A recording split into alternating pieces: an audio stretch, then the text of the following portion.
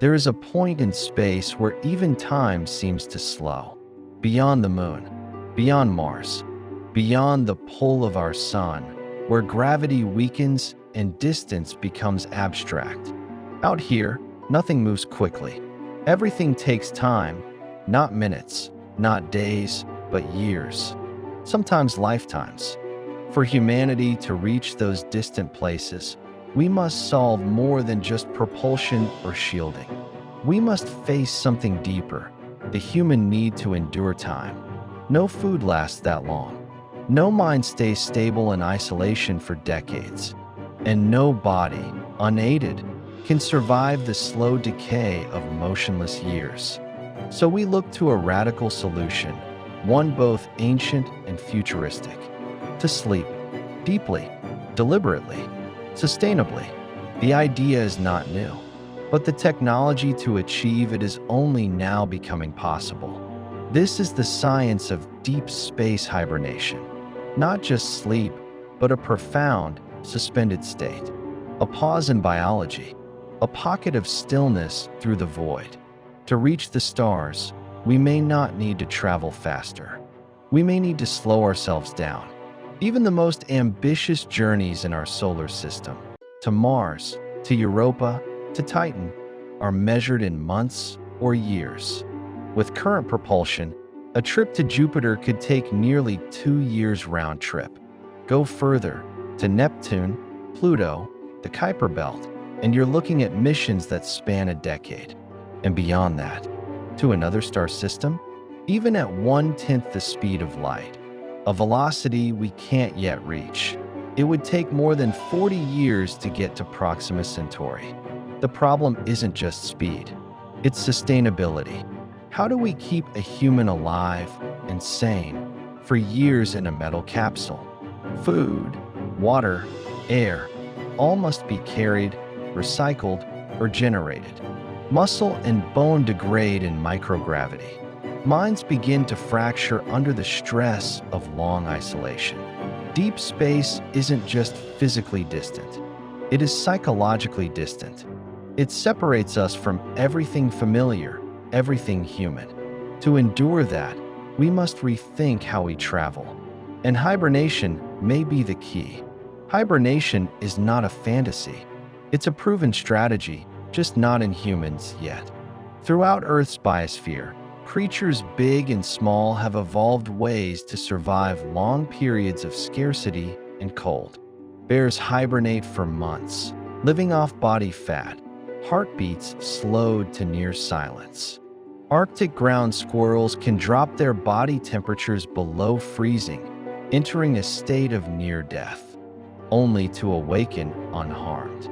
This state is called torpor, a biological pause button. During torpor, metabolism slows dramatically. Energy consumption drops. Cellular damage is minimized. The body becomes dormant, but not lifeless. Evolution has mastered this technique for millions of years. And now, scientists are asking, can we adapt it for ourselves?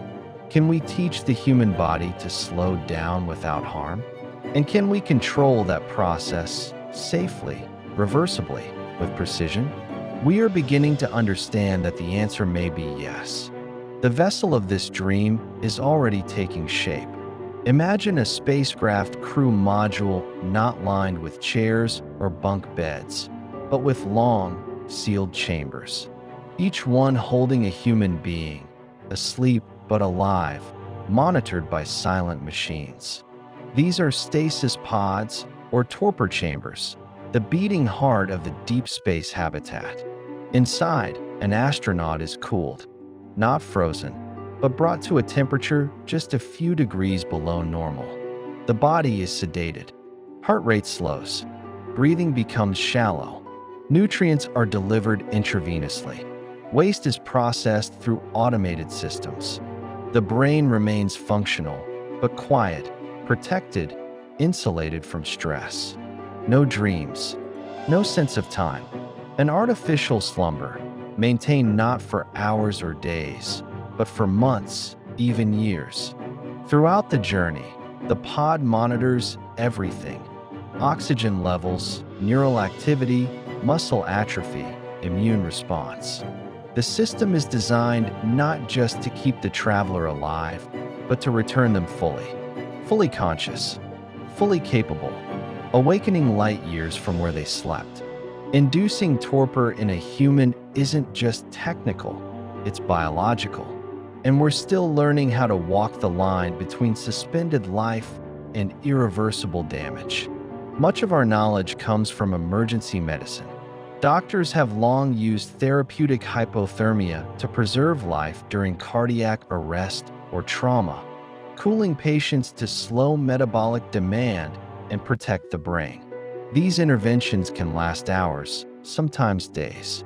But space travel demands more. Weeks, months, years. And with that comes risk. Will the immune system shut down? Will bones deteriorate? Will the brain, deprived of sensory input, begin to fail? Researchers are exploring ways to mitigate these risks. Periodic wake cycles to maintain physiology, pharmacological interventions to preserve cognition, muscle stimulation to prevent atrophy, protective gels, cryoprotectants, and synthetic hormones to mimic natural torpor. Each solution is a step closer. But no human has yet entered long-term torpor. The first will be pioneers, not of worlds, but of biological boundaries. What does it mean to sleep while the universe moves on? Deep space hibernation opens doors to extraordinary possibilities, but also profound ethical questions. Is a person in torpor aware? Do they dream? If they are injured while asleep, do they suffer? Can they consent to decisions made while unconscious? And when they awaken, perhaps years or decades later, what will they awaken to? A changed crew? A new society back on Earth? A message they missed? A mission altered beyond recognition? Stasis may preserve the body, but it suspends the self. It is time travel without the memories. There is a psychological weight to waking up somewhere new. Somewhere alien, after time has passed that you cannot feel, but must accept. We are not just building machines. We are building a philosophy of space survival. And we must ask, are we prepared to let go of time in order to reach the stars? In laboratories around the world, the first tests are underway.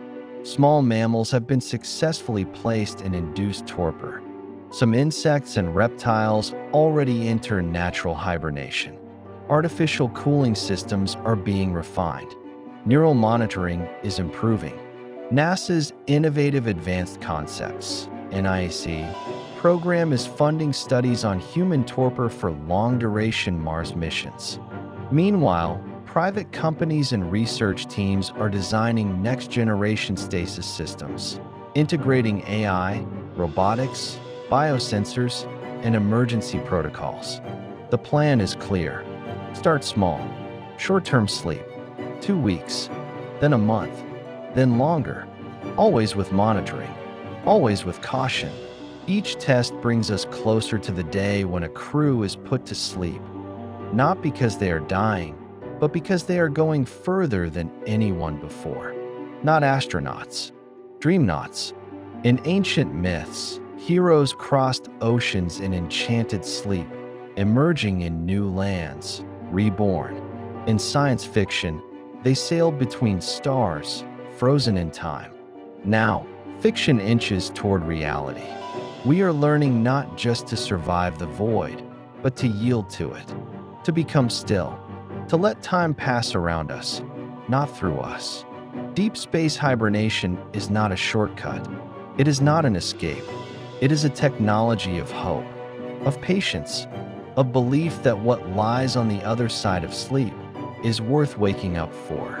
And in the end, it may be the greatest invention of all, a way to dream across the stars.